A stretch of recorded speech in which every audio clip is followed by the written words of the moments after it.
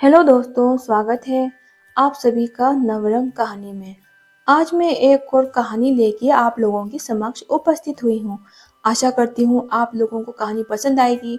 तो चलिए दोस्तों, आज की कहानी शुरू करते हैं। संजना अपने कमरे में सो रही थी कि अचानक से सास की तेज आवाज कानों में पड़ी। तो संजना कसमसा कर अंगड़ाई ली। अध खुली आंखों से बाहर की ओर देखा। आसमान पर अभी लाली छाई हुई है। सूरज अभी निकला नहीं है, पर माँ जी का सूरज अभी से सिर पर चढ़ आया है। ना उन्हें खुद नींद आती है और ना ही किसी और को सोने देती है, और संजना को ना चाहते हुए भी उठना पड़ रहा था। एक गहरी खींच सी उभर आई उसके चेहरे पर। परसों उसकी नींद जल्दी टूट गई थी। करवट बदल बदल कर सोने पर भी नींद नहीं आ रही थी। लेटे लेटे कमर दर्द कर रही थी। वे उठ गई और अपने लिए चाय बनाने लगी। चाय बनाते समय बर्तन के एक दूसरे की बजने की आवाज सुनकर माँ जी की नींद टूट गई। बोल पड़ी, बहू, इतनी जल्दी क्यों उठ गई? कौन सा बहुत बड़ा परिवार है जिसके लिए तुम्हें उठना पड़ेगा? गुस्से से संजना का तन बदन सुलग उठा था। आखिर ये चाहती क्या है? जल्दी उठो तो मुश्किल, देर से उठो तो मुश्किल। बोलने का बस बहाना चाहिए इन्हें। अभी तो संजना को यहाँ आए मुश्किल से 2 माह हुए हैं, पर लगता है कि मानो 2 युग ही गुजर गए हैं। अभी करण को वापस आने में पूरे 4 माह और हैं। उसे कैसे कटेगा इतना लंबा समय? शुरू से ही संजना के संयुक्त परिवार के प्रति एक खास तरह की अरुचि सी थी। उसके अंदर माता पिता ने भी उसके लिए लड़का देखते समय इस बात का खास ख्याल रखा था कि लड़का चाहे जैसा भी हो, पर वे माँ बाप से दूर नौकरी करता हो, उसे सास ननदों के संग ना रहना पड़े। आखिर काफी खोजबीन के बाद उन्हें इच्छा अनुसार करण का घर मिल गया था। करण का परिवार भी छोटा सा था, माँ बाप और छोटी बहन। वे घर से अलग दूसरे शहर में एक कॉलेज में अध्यापक था। सौम्य और सुदर्शन व्यक्तित्व वाले करण को सबने पहली नजर में ही पसंद कर लिया था। शादी के बाद संजना 9-10 दिन ससुराल में रही थी। इन कुछ दिनों में ही सबका थोड़ा सब बहुत स्वभाव उसके आगे उजागर हो गया था। बाबूजी गंभीर स्वभाव के अंतर्मुखी व्यक्ति थे। ज्यादा बोलते या बतियाते नहीं थे, पर उनकी कसर माजी पूरी कर देती थी। माजी जरा तेज तर्रार की थी। सारा दिन बकझक करना उनकी आदत थी। ननद किरण एक प्यारी सी हंसमुख लड़की थी। उसकी हम उम्र थी। माजी हर बात में टोका टाकी करके बोलने का कोई ना कोई बहाना ढूंढ लेती थी, पर उनकी इस आदत पर ना जाने कोई ध्यान देता न था और ना ही उनकी बातों को गंभीरता से लेता था। बाबूजी माजी की सारी बातों में बस हाँ हूँ करते रहते थे। 10 दिन बाद ही करण नौकरी पर वापस चला गया, तो वे भी साथ चली गई थी। करण को कॉलेज के पास ही मकान मिला हुआ था। संजना ने सुगढ़ हाथों से जल्दी ही अपना गृहस्थी जमा ली। करण भी अपने पिता की तरह ही धीर और गंभीर थे। संजना कई बार सोचती कि एक ही परिवार में सभी लोग इतने अलग अलग हैं। कोई इतना बोलने वाला है और कोई इस तरह कदर अंतर्मुखी। अभी उसकी शादी को 3 माह ही हुए थे कि करण को विश्वविद्यालय की ओर से 6 माह के प्रशिक्षण के लिए फ्रांस भेजने का प्रस्ताव हुआ। संजना भी बहुत खुश थी। करण उसे बाहों में समेटकर बोला, संजना, तुम्हारे कदम बहुत ही अच्छे पड़े। बड़े दिनों का अटका काम हो गया। 6 माह तुम माँ और बाबूजी के पास रह लेना, उनका भी बहू का चाव पूरा हो जाएगा। यह सुनकर संजना जैसे आसमान से गिरी। इस ओर तो उसने ध्यान ही नहीं दिया था। अचानक उसकी आंखें भर आई और वे बोली, नहीं, मैं तुम्हारे बिना वहां अकेली नहीं रह सकती। मुझे भी अपने साथ ले चलो। नहीं नहीं संजना, ये संभव नहीं है। मैं फेलोशिप पर जा रहा हूँ। वहाँ हॉस्टल में रहकर कुछ शोध कार्य करना है। माह के अंदर ही करण फ्रांस चला गया। उसे माँ जी और बाबूजी के पास छोड़ते समय वे बोला, संजना, माँ की जरा ज्यादा बोलने की आदत है। वैसे दिल की वे साफ है। उनकी बातों को दिल पर ना लेना। तुम्हें पता तो है कि वे सारा दिन बोलती रहती है। तुम बस हाँ हूँ ही करती रहना। करण की बात उसने गांठ बांध ली थी। माँ जी कुछ भी कहती वे अपना मुंह बंद ही रखती। माँ जी की बातों को कड़वे घूंट की तरह गटक जाती, पर उनका छोटी छोटी बातों पर हिदायतें देना, टोकना उसे सख्त नागवार गुजरता। किरण ना होती तो उसका समय बिताना और मुश्किल हो जाता। वही तो थी जिसके साथ हंसकर वे बोल बतिया लेती थी। वही उसे खींच कर कभी फिल्म दिखाने ले जाती तो कभी खरीदारी के लिए। दीवार की घड़ी ने टन टन करके 6 बजाए तो वे चौंक पड़ी। अभी माँ जी को बोलने का एक और विषय मिल जाएगा। वे ना जाने किन सोचों में डूब गई। जल्दी से उठी और दैनिक कृत्यों में निर्वृत होकर रसोई में जाकर आटा गूंदने लगी। बाबूजी और किरण दोनों 8 बजे तक घर से निकल जाते हैं।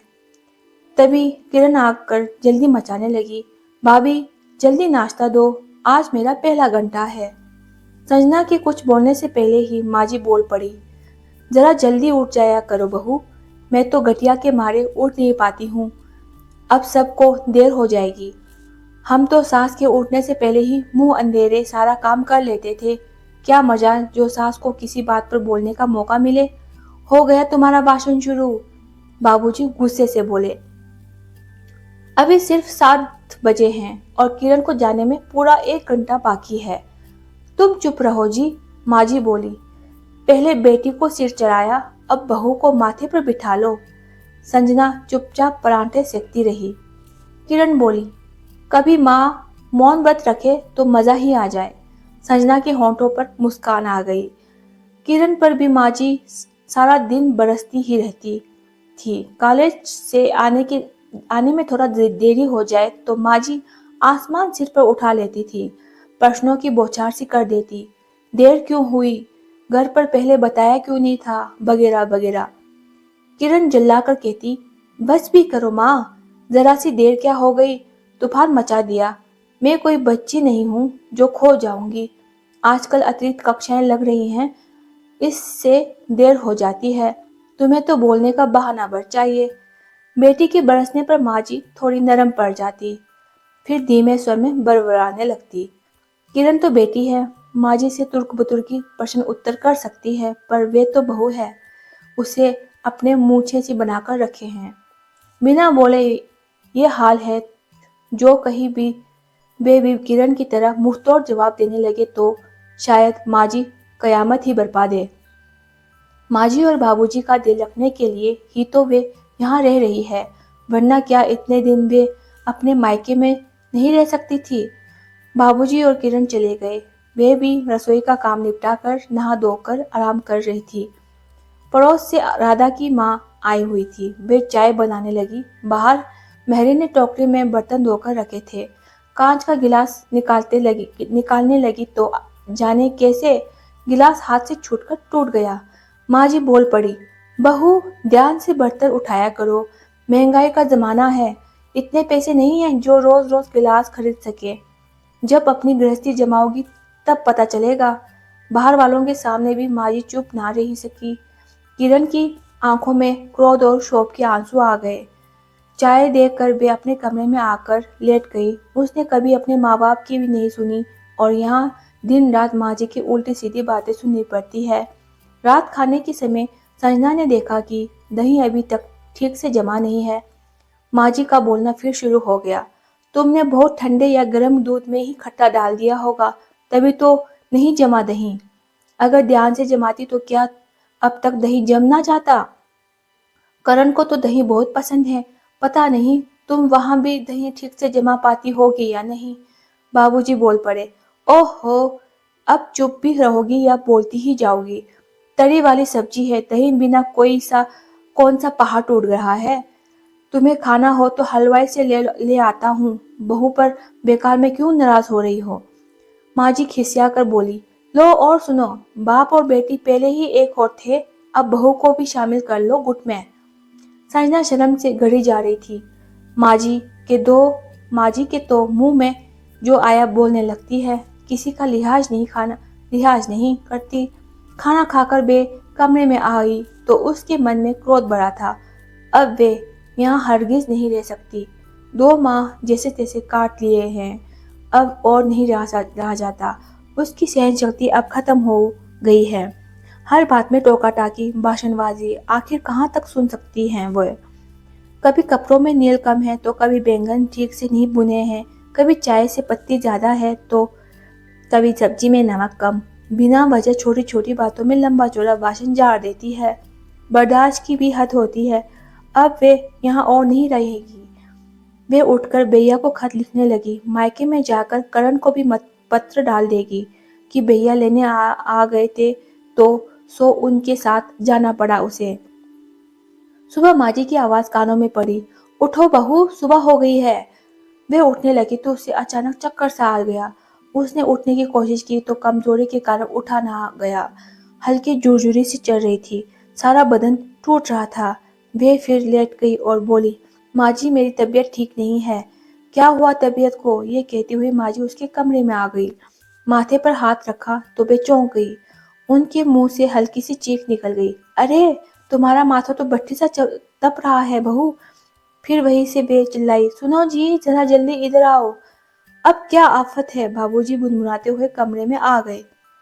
बहू को तेज बुखार है, जल्दी से जरा डॉक्टर को बुला लाओ। बाबूजी तुरंत कपड़े पहनकर डॉक्टर को लेने चले गए। माँ जी संजना के सिरहाने बैठकर उसका माथा दबाने लगी। ठंडे ठंडे कपड़ों का हल्का हल्का दबाव संजना को बड़ा भला लग रहा था। कुछ ही देर में बाबूजी डॉक्टर को लेकर आए। डॉक्टर संजना की अच्छी तरह से जांच करके बोले, दवाएं मैंने लिख दी है। इस हालत में अधिक तेज कैप्सूल तो दिए नहीं जा सकते। किस हालत में? माँ जी पूछ बैठी। यह गर्भवती है, डॉक्टर बोला। बुखार से ठंड चढ़ा है। तुलसी अदरक की चाय भी पिलाती रहे, 2-1 दिन में बुखार उतर जाएगा। माँ जी के आगे एक नया रहस्य खुल गया। संजना ने तो इस बारे में उन्हें बताया ही नहीं था। वे बड़बड़ाने लगी, अजीब लड़की है ये। अरे मैं ये सास सही पर सास भी माँ होती है। मैं तो इससे ज़्यादा काम कराती रही और इसने कभी बताया तक भी नहीं कि कुछ खास खाने का मन कर रहा है। ये आजकल की बहुएं भी बस गुनी होती हैं। ये एक हमारा जमाना था, हमें बाद में पता चलता था और सास को पहले से ही खबर हो जाती थी। अब बताओ, मैंने तो कभी इससे ये भी नहीं पूछा कि क्या खाने की इच्छा है। तो अब पूछ लेना, काफी वक्त पड़ा है। इस समय बहू को सोने दो, बाबूजी बोले और कमरे से बाहर चले गए। रात माँ जी अपनी खाट सजना के कमरे में ही ले आई। रसोई का काम किरण को सौंप दिया था, इसलिए अब माँ जी का आक्रोश उस पर बरसता। इतनी बड़ी हो गई है पर खाना बनाने की अकल नहीं आई। गोभी में पानी तैर रहा है और दाल कितनी गाढ़ी है कि गुठलियां बन गई हैं। 10 बार कहा है कि जरा अपनी भाभी के साथ हाथ बटाया करो, कुछ सीख जाओगी, पर ओहो माँ, शुरू हो गई तुम। एक तो खाना बनाओ, ऊपर से तुम्हारा भाषण सुनो। मुझसे खाना बनवाना है तो चुपचाप खा लिया करो, वरना खुद करो। माँ जी बड़बड़ाने लगी, इन बच्चों को तो समझाना भी मुश्किल है। माँ जी 2-2 घंटे बाद अदरक सौंफ वाला दूध लेकर संजना के पास आ जाती, खुद अपने हाथों से उसे दवा देती, रात भर माथा छू छू कर उसका बुखार देखती। अपने प्रति माँ जी को इतना चिंतित देख संजना हैरान थी। बड़ बोली, माँ जी के अंदर उसकी इतनी फिक्र है और वे उसके प्रति इतना प्रेम है, आज तक कहाँ समझ पाई थी वे तो माँ जी के बोलने और टोकने पर ही सदा खींचती रही। संजना 4-5 दिन बुखार की चपेट में रही। माँ जी बराबर उसके सिरहाने बनी रही। उसे दवा, दूध, चाय, खिचड़ी आदि सब अपने हाथों से देती थी। कई बार संजना को लगता जैसे उसकी माँ ही सिरहाने बैठी है। उसका बुखार उतर गया था, पर माँ जी उसे अभी जमीन पर पाँव नहीं रखने देती थी कि कहीं कमजोरी में दोबारा बुखार न चढ़ जाए। दोपहर पड़ोस से रज्जो चाची उसका हाल पूछने आई थी। उसके माथे पर हाथ रखकर बोली, माथा तो ठंडा पड़ा है, बुखार तो नहीं है। संजना ने जवाब दिया, हाँ, अब कल से बुखार नहीं है।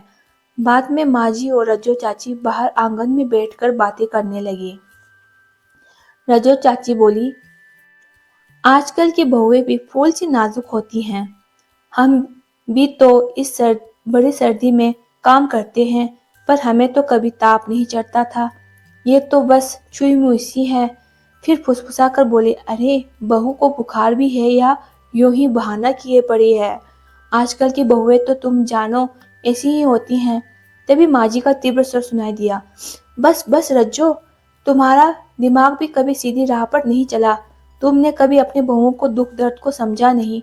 तुम्हें तो सब कुछ बहाना लगता है। ये मत भूलो कि बहुएं भी हाड़ मांस की बनी है। मैंने तो संजना को किरण में कभी फर्क ही नहीं माना है। तुम भी अगर इस बात को समझ लो तो तुम्हारे घर की रोज की चकचक खत्म हो जाएगी। रजो चाची की खिसियानी सी हो गई। मैंने जरा सा क्या बोला, तुमने तो पूरी रामायण ही बांध दी। यूं ही बात से बात निकली थी तो मैं बोल पड़ी थी। आज तो बोल दिया, आगे से मेरी बहू के बारे में यूं ना बोलना। माँ जी के अंदर अब भी आक्रोश था। संजना लेटी लेटी हैरान से बातें सुन रही थी। सचमुच वे माँ जी को जान ही नहीं पाई थी। करण ठीक ही कहते थे, मुंह से माँ जी चाहे बकझक कर ले पर मन तो उनका साफ पानी सा निर्मल है। इस बीमारी में उन्होंने उसका जितना ख्याल रखा, उसकी अपनी माँ भी शायद इस तरह ना रख पाती। और फिर माँ जी सिर्फ उसी को तो नहीं बोलती, किरण और बाबूजी भी तो माँ जी की टोका टाकी से कहाँ बच पाते हैं। ये तो माँ जी का स्वभाव ही है। वैसे इस उम्र में आकर औरतें अक्सर इस स्वभाव की हो जाती हैं। उसकी माँ भी तो कितना बोलती हैं, पर फर्क सिर्फ ये है कि वे माँ है और ये सास है। उनका कहा वे इस कान से सुनकर उस कान से निकाल देती थी और सासू माँ का कहा गांठ बांध कर रख लेती है। अभी तक उसने सिक्के के एक ही पहलू को देखा था, दूसरा पहलू तो अब देखने को मिला जिसमें ममता और प्रेम बड़ा है। संजना उठी, मेज पर रखे भैया को लिखे खत को उठाया और उसके मन में उसके टुकड़े टुकड़े कर दिए। मायके जाने का विचार उसने छोड़ दिया। करण के आने तक वे माँ जी के साथ ही रहेगी। माँ जी का दूसरा ममतापूर्ण और करुणा में रूप देखकर अब इस घर से जाने की इच्छा ही नहीं उसे। अब संजना करण के आने तक घर पर ही खुशी खुशी रही और अब संजना को भी अपना ससुराल अपना घर जैसा लगने लगा था। दोस्तों, ये थी सास बहू की एक छोटी सी कहानी। आशा करती हूँ आप लोगों को पसंद आया होगा। अगर पसंद आए तो लाइक करें, शेयर करें और सब्सक्राइब करें। धन्यवाद।